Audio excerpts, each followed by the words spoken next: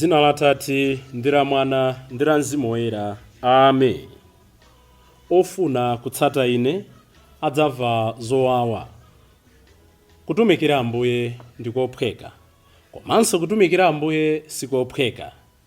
Ndikulandireni abale ndi alongo pano pa Tiyankhuleni Ambuye. Lero ndi Lamulungu la 22 Pachaka, ndipo ndi pa 3 Septemba chaka cha 2023. Mawu athu oyamba akuchokera m'buku la mneneri Yeremiya, mutu wa 20 ndi 7 kulekeza 9. Inu chauta mwandipusitsa, ndipo ine ndapusadi. Tilole kuti Mulungu azititsogolera, chifukwa akamatitsogolera pena tizioneka ngati tapusa kapena tapepera.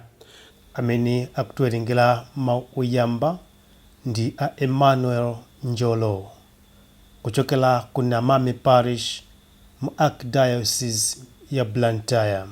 Salimo yathu ya tsiku la lero ndi Salimo namba 63.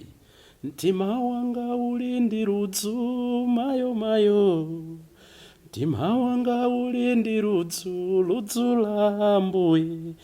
Ndikumva ludzu lofuna inu chauta. Mtima wanga ukukufunafunani, mtima wanga ukumva ludzu lofuna inu.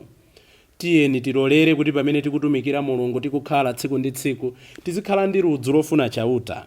Mawu athu achiwiri akuchokera mkalata ya Paulo yolembera mpingo wa ku Aroma, mutu wa 12 ndime ya 1 kulekeza 2. Tipereke matupi athu ngati nsembe yovomerezeka pamaso pa Mulungu. Amene akutiwerengera mawu achiwiri ndi a Elizabeth Chinduta kuchokera ku St. Francis Parish, Kanengo mu Archdiocese ya Lilongwe. Mama mumthenga pabwino ndi monga adalembera Mateyu Oyera, mutu wa 16 ndime ya 21 kulekeza 27. Munthu ofuna kutsata ine adzikane mwini wakeyo. Amene akutiwerengera mthenga wabwino komanso kutigawira mawu ndi Reverend Father Francis Damaseke kuchokera ku Episcopal Conference of Malawi, ECM. Tiyeninso abale ndi alongo tsiku la lero tikhalire limodzi. Mawu oyamba. Mawu a m'buku la Yeremiya mutu wa 20 kuyamba 7 mpaka 9. Inu chauta mwandipusitsa ine, ndipo ndapusadi. Inu ndinu amphamvu kuposa ine, ndipo mwandipambana. Aliyense akundiseka tsiku lonse, aliyense akundinyodola kosalekeza. Ndikamalankhula ndimakweza mawu, ndimafuwula kuti ndewu kuno, tawonongeka. Mawu anu inu chauta andisandutsa wonyozeka ndi wonyodoledwa masiku onse. Ndinkanena kuti sindidzalalikanso za chauta, sindidzalankhulanso m'dzina lake. Mawu anu inu chauta amayaka ngati moto mu mtima mwanga. Ndimayesa kuwasunga mkati, koma pambuyo pake ndimawatulutsa, popeza kuti sindingathe kupirira. Mawu a Ambuye. Tithokoze Mulungu. Mawu achiwiri. Mawu a nkalata ya Paulo oyera kwa Aroma. Aroma 12 ndime ya 1 kulekeza 2. Tsono abale, popeza kuti Mulungu watichitira chifundo chachikulu chotere, ndikukupemphani kuti mupereke matupi anu omwe kuti akhale nsembe ya moyo, yopatulika ndi yokondwetsa Mulungu. Imeneyi ikhale njira yanu yopembedzera Mulungu mwauzimu. Musamatsanzira makhalidwe ya anthu odalira zapansi pano, koma Mulungu asinthe moyo wanu wonse pakukupatsani mitima yatsopano. Pamenepo mudzatha kudziwa zimene Mulungu afuna, ndipo mudzazindikira zimene zili zabwino, zangwiro ndi zokondwetsa. Mawu a Ambuye. Tithokoze Mulungu. Ambuye akhale nanu. Mawu mu Uthenga Wabwino monga adalembera Mateyu oyera. Ulemu kwa inu Ambuye. Mutu wa 16 ndi 21 kulekeza 27. Kuyambira nthawi imeneyo Yesu adayamba kuwaphunzitsa ophunzira ake kuti ndiyenera kupita ku Yerusalemu, kumeneko akulu a Ayuda ndi akulu ansembe ndi aphunzitsi amalamulo adzandizunza kwambiri. Ndidzaphedwa, koma mkucha wake ndidzauka.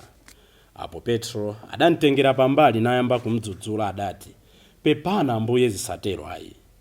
Mulungu asalole zimenezi. Koma Yesu adachauka namdzudzula adati, choka apa iwe Satana. Ufuna kundilakwitsa.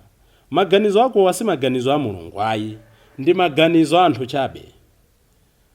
Atatero Yesu adauza ophunzira ake kuti munthu ofuna kutsata ine adzikane mwini wakeyo, ndipo aseze mtanda wake ndi kumanditsata.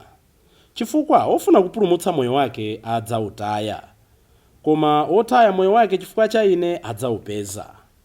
Nanga ndiye kuti munthu angapindulenji atapata zonse zapansi pano, iyeyo nkutaya moyo wake? Munthu angalipire chiyani choti aombolere moyo wake?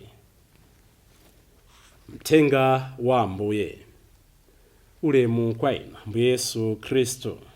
Abale ndi alongo, pobanda sapobanda anayimba nyimbo amati kutumikira Ambuye.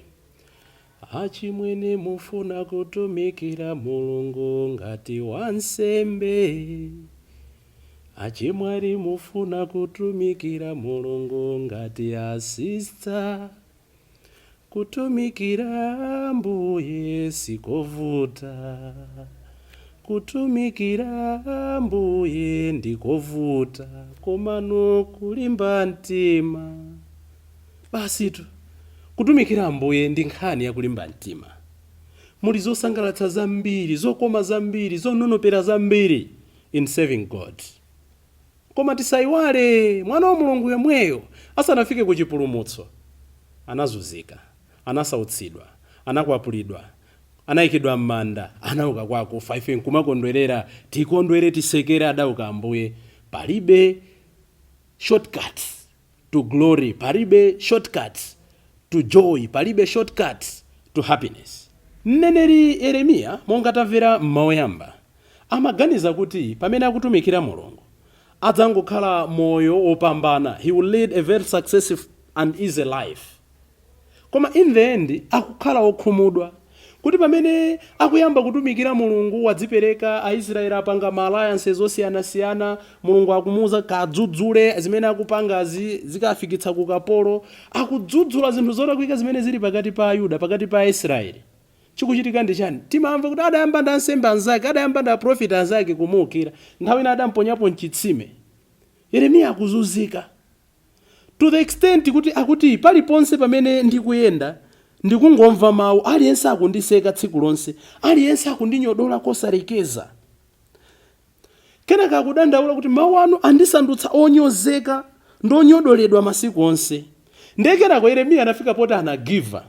Ndikanena kuti sindidzalalika mawu achauta, koma mawu anu inu chauta amayaka ngati moto mu mtima mwanga.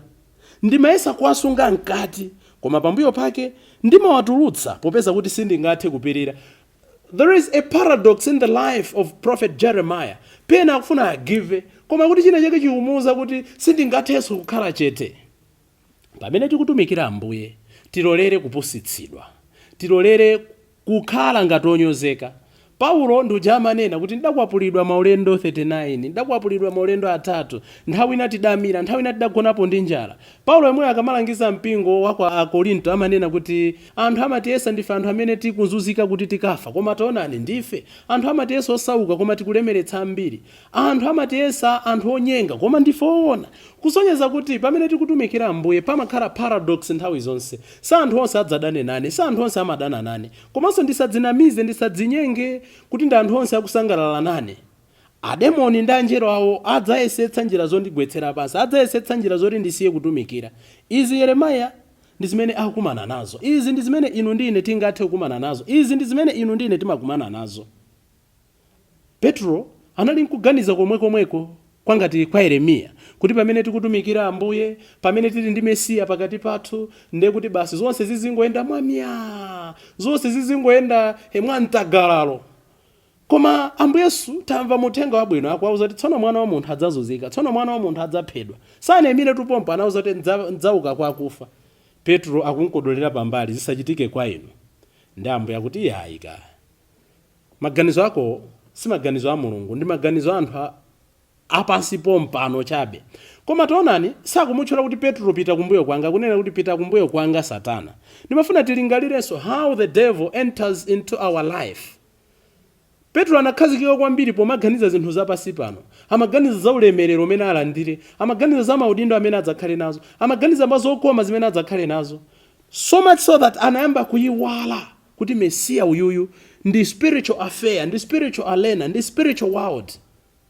Inu ndine pamene maganizo athu akhazikika pomangoganiza zapansi pano, tipambana bwanji, tichita bwanji chitsogolo, ndikhala bwanji otchuka, ndikhala bwanji olemera, timayamba pang'ono ndi pang'ono kuyiwala kumene tidachokera. Tisayiwale tu mafanizo osiyanasiyana amene taona nsabatayi, Ambuye adzatseka chitseko, tisakhala namwalo opusa, tigwiritse ntchito ndalama yathu moyenerera. Kenaka Ambuye akutilangiza tsono, ofuna kutsata ine adziwale, adzikane ye mwini. Kodi Ambuye Yesu afuna ndiye kuti tizidzichekacheka? Ayi, tikhale anthu otsogoza zofuna za ena. In the ladder of priorities, Jesus should be above everything, including above our own life. Nchifukwa timamva za amalitiri aja amene adamvetsa kuti moyo wawo suli kanthu popanda Yesu Khristu. Timamva nkhani za amalitiri aku Uganda kuti akamaponya wina pamoto, wina akamamtema, wina amachita ngati tachina kizito tianati timachita nena kuti next is me, next is me. Kuti kuyiwala moyo wawo for the sake of the gospel, for the sake of following Jesus. Sabata yatha yomwemwe tinaona Petro akuyamikiridwa. Jesus was praising Peter for declaring him as the Messiah. Komano chikhulupiriro chosachikhala si chikhulupiriro konse ayi. Faith isn't faith until it is lived. Inakwana nthawi yoti zija tsono Petro amanena zija kuti inu ndinu mpulumutsi olonjezedwa uja, ife sitingapitenso kwina, inu muli nawo mawu opatsa moyo. Amene tsono zikhale ndi ma implications zake, zikhale ndi zotsatira zake. Ndi pamene tsopano amenera Petro avomereze kuti Ambuye Yesu podzasauka, meaning nawonso adzasauka naye. Izi sizinapite bwino kwa Petro yekhayi, komanso kwa ophunzira ena aja. Chifukwa chachani? Asiya nyumba, asiya abale, asiya ntchito, asiya business. What's now this? Through Peter they are protesting. Akupanga mademo ndito zisachitike kwa inu. Monga Jeremiah uja akuona kuti wapusitsidwa, mwatipusitsa Ambuye. Ifeso mmoyo mwathu imakwana nthawi timaona ngati tapusitsidwa. Kuti anthu amene akuchita zolakwika, anthu amene salabadako zokhala moyo wa integrity, mwina anthu amene zikuwayendera nkuona kwathu, timayamba kupanga protests. Anthu amene ndosazunzika akamavutika, anthu amene ndosalakwa akamasautsidwa, timapanga protest kuti Ambuye why Lord? Tikaona anthu amene ndalesi akathyali pa ntchito, ndi amene akulandira ma promotion, ndi amene zikuwayendera, mwina timapsyadi mtima. Yet Jesus is reminding us that we must allow God to lead. Tizimulola Mulungu atsogole ngakhale mu nyengo zimene ife zikutivuta kumvetsa. Denzel Washington ananena kuti ease is a threat to progress. Nthawi zonse pamene tifuna china chake chikwaniritsidwe m'moyo mwathu, tilolere kuvutika pang'ono. Kaino mufuna mamasozi umayenera ndithu kaweti kajozinyamula 1 to 10 1 to 10 masiku angapo ziyenda. Ino amene mufuna kuphunzira keyboard, ka tailoring, ino amene mufuna kuphunzira ka carpentry, ka designing, sizingangotheka tsiku limodzi, pamenera ka sacrifice kena kake kachitike. This is the reality of life. The reality of life is a mixture of the cross and the crown. Unfortunately, ambiri timangofuna kokomako, timadana ndi the other side. Inde nchibadidwe chathu kufuna kukhala pabwino, komano the paradox of life is a mixture of the crown and the cross. Usembe umakoma ndipo ndi wokoma, koma umafika nthawi ina umaning'ina, umawawa. Tikwenera tivomereze banja chimodzimodzi. Ndikhulupirira kuti ntchito ndi chimodzimodzi. Ndikhulupirira kuti friendship ndi chimodzimodzi. Ndikhulupirira kuti maubale amene timakhala nawo ndi chimodzimodzi. Paulo watilangiza lero mmawu oyamba. Pamene panali chinkulirano, pa akhristu amene anali achikunja. Tikati achikunja, akhristu amene sizinali mbadwa za Chiyuda ndi akhristu amene anali akhristu koma ochokera ku Jewish background. Anthu amakangana. Aja Ayuda amabwekera anzawo kuti ife ndi akhristu enieni, ifeyo ndi eni ake ozitsata. Taonani tili ndi tempile timaperekanso nsembe. Pamene akhristu ena aja amene angochilandira chikhristu kumene aja anali tsopano ngati kupeputsidwa. Choncho amapanga mitsutso yosayenerera. Iwonso amabwekera moyo wawo wakale kuti ifenso tinali anthu ife. Nde Paulo akunena kuti kwa inu akhristu amene musali ochokera mu mtundu wa Chiyuda, lack of the temple isn't an issue at all. Inuyo chimene muchite pofuna kupanga compensate zimene anzanu akukunyadirani, mupereke matupi anuwa ngati nsembe. Izi zikugwirizananso ndi zimene Ambuye akunena kuti ofuna kutsata ine adziwale kunena kuti ifeyo pakati pathu si nthawi yoti tizichitenga nsembe zija amachita makolo athu kuti ukapereka kwa milungu imene samayidziwa. Moyo wathu omwewo tiupereke ngati nsembe. Tiupereka ngati nsembe ku banja lathu, tiupereka ngati nsembe ku mpingo wathu, tiupereka ngati nsembe ku dziko lathu, tiupereka ngati nsembe. Meaning pachina chilichonse chimene tikuchita, I must show excellence kuti panopa ndikugwira ntchito ndi mtima wanga wonse ndi moyo wanga wonse ndikudzikhuthula ine ndense. Tikatero ndi kuti tikupereka nsembe zoposa nsembe za chipangano chakale. Kwa inu Ayuda, Paulo akunena kuti musatsatire moyo wanunso wakale, zakale zatha. Titha kutero kuti malangizo awo akupita kwa inu ndi ine. Tipereke matupi athu ngati nsembe. Koma choposaposa tisatsanzirenso makhalidwe athu akale. Mwinatu makhalidwe akale akadali pakati pathu akhristu. Mwina ndife anthu amene timatukwana kuopsa. Mwina ndife anthu amene timaba kwambiri. Mwina ndife anthu amene timakhala anthu adama kwambiri. Mwina ndife anthu amene timakhala akatangale kwambiri. Mwinanso ndife anthu amene timakhala aulesi kwambiri. Kuphatikiza iwo aja amene amangoti I receive. We pray today kuti tilolere poyamba Mulungu azitsogolera moyo wathu. Let God lead our lives. Kachiwiri tisatsatirenso makhalidwe athu akale. Kachitatu tipereke matupi athu ngati nsembe. Koma koposaposa Ambuye Yesu tizimutsata ndi mtima omukondweretsa ngati nsembe ya mfungo, ngati nsembe ya lubani, ngati nsembe imene tikudziwa kuti mapeto ake itipatsa chipulumutso. Tithandizeni tsiku lalero Ambuye, monga Yeremiya uja, nkulira kwathu, nkutopa kwathu, tisagive, tisanene kuti ndisiya utumiki, tisanene kuti ndisiya usembe, ndisiya usistere, ndisiya banja.